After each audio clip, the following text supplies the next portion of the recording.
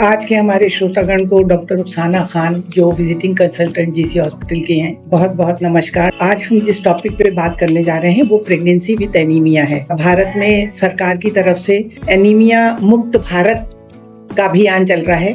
उसके बाद भी अभी जो हमारे यहाँ प्रेगनेंसी के साथ औरतें आती हैं उनमें जांच के बाद पता चलता है कि खून की कमी है। क्यों है? फिर जब इतना सब वातावरण है, एजुकेशन है, फिर भी खून की कमी क्यों हो रही है? खास वजह जो मुझे समझ में आती है वो ये है कि बच्चा पैदा करने की तो हमें बड़ी खुशी होती है, मगर माएँ अपनी जिम्मेदारी आने वाले उस बच्चे के लिए और अपने लिए नहीं समझ पा रही हैं।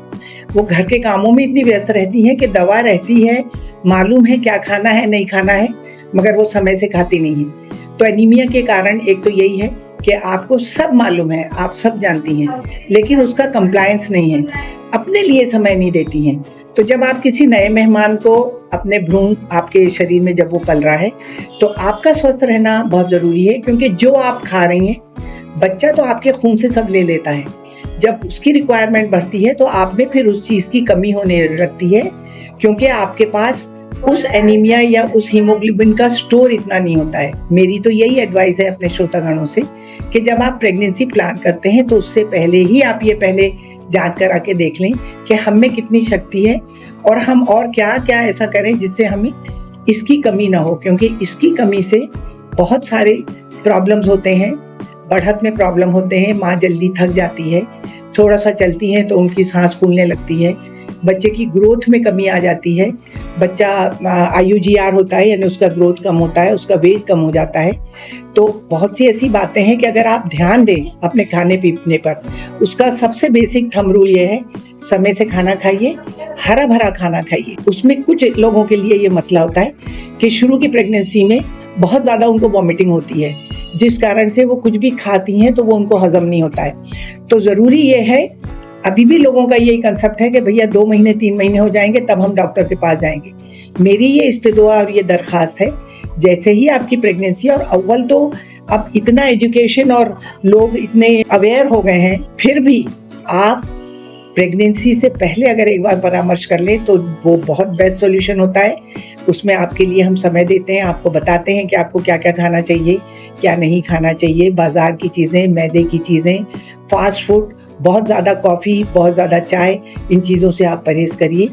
और एक कारण ये होता है कि भाई जो बहुत सिंपल सा कारण है वो ये है कि आप पानी किस तरह से पी रही हैं। अगर वो पानी में आपके कीटाणु, जिनको हम वर्म्स कहते हैं, वो इंजेस्टेड अगर आपके इंटेस्टाइन में हैं, आप दुनिया का कुछ भी खा लें वो सारे कीड़े खा लेते हैं। इसलिए बहुत ज़रूरी है कि पहले ही एंटीनेटल, मतलब जहाँ ये बच्चा भ्रूण 20 हफ्ते का होता है, हम सब महिलाओं को डिवर्मिन करते हैं, यानी वो कीटाणु की दवा, जो वर्म्स होते हैं उनका पेट में रहने से जो आप खा रही हैं वो आपको नहीं उनको लगता है, तो उसका निवारण करते हैं, ताकि जितना भी आप खाएं, जो भी आप दवा लें, उससे आपको ज़्यादा फ़ायदा हो।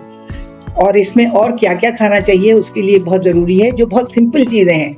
आयरन और कैल्शियम की दवा तो हम देते ही हैं, उसके अलावा आपको खाने में खजूरें, 5 खजूरें, 5 भीगे बादाम, 2 अखरोट, मुनक्का आप ले सकती हैं, किशमिश आप ले सकती हैं, पालक, और जितनी हरी चीज़ें हैं, चुकंदर, कीवी फल है, एप्पल का सेवन करिए, ये फ्रूट्स में आता है। इन चीज़ों का अगर आप सेवन करेंगी, गुड़ जो बहुत आसानी से मिलता है, गुड़ चना, ये हमारा ये जो पुरानी पद्धति थी, गुड़ और घी से रोटी खाना या गुड़ और चना खाना, उन लोगों में आपने देखा होगा कि एनीमिया बहुत कम है। अब हम जितना जितना फैशन की तरफ जा रहे हैं, हमको लगता है कि ये हमारे स्टेटस और हमारे उसके लिए नहीं है, लेकिन गुड़ से रिचेस्ट सोर्स ऑफ आयरन है, इसलिए इसमें करिए। कढ़ाई में, लोहे की कढ़ाई में सब्जियां बनाइए, ताकि उसमें ज़्यादा से ज़्यादा आयरन जो है की मात्रा आपको मिलती है, मगर इतनी चीज़ों को ना भूनिए कि उसका अस्तित्व ही ख़त्म हो जाए। तो बहुत ज़्यादा तला भुना और बहुत ज़्यादा तेल की चीज़ें आप अवॉइड करिए। और जो वेजिटेरियन हैं उनके लिए तो दालें हैं और दूध, ये सब चीज़ों से आपको प्रोटीन भी मिलेगा और आयरन भी मिलेगा।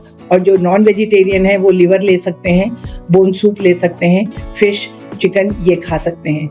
तो मेरे ख्याल से इतनी बात तो आपके समझ में आई गई होगी कि प्रॉपर चेकअप, हर मंथली चेकअप कराना बहुत ज़रूरी होता है। प्राइवेट करा लें तो बहुत अच्छा है, नहीं तो सरकार भी इसके लिए बहुत सुविधाएं देती हैं। आयरन और कैल्शियम तो फ्री में मिलता है, लेकिन आयरन ही यह है कि जो चीज़ हमको फ्री में मिलती है उसकी हमारे पास वैल्यू नहीं होती है। फ़ायदा उसमें भी उतना ही है। बात विश्वास की है, भरोसा करिए, क्योंकि जो सरकार करती है और प्राइवेट सेक्टर भी करते हैं, हम दोनों शाना बशाना एक दूसरे की मदद करते हैं कि हमारा भारत एनीमिया फ्री हो और हमारे आने वाली जो महिलाएं हैं और आने वाले जो बच्चे हैं वो एनीमिया जैसी बीमारी से ग्रस्त ना हो। मेरे ख्याल से इतनी जानकारी हमारे श्रोताओं के लिए काफ़ी है। ज़रूरी ये है कि आप डॉक्टर से परामर्श भी करें। ये तो छोटी छोटी बातें हम आपसे इसलिए करते हैं कि सेहत की बात डॉक्टर के साथ, और आप इतनी कमज़ोर ना हो कि अपने उस बच्चे के लिए ही आप में इतनी शक्ति न रहे कि उसको देख पाएँ। तो stay good, stay healthy, good luck to you.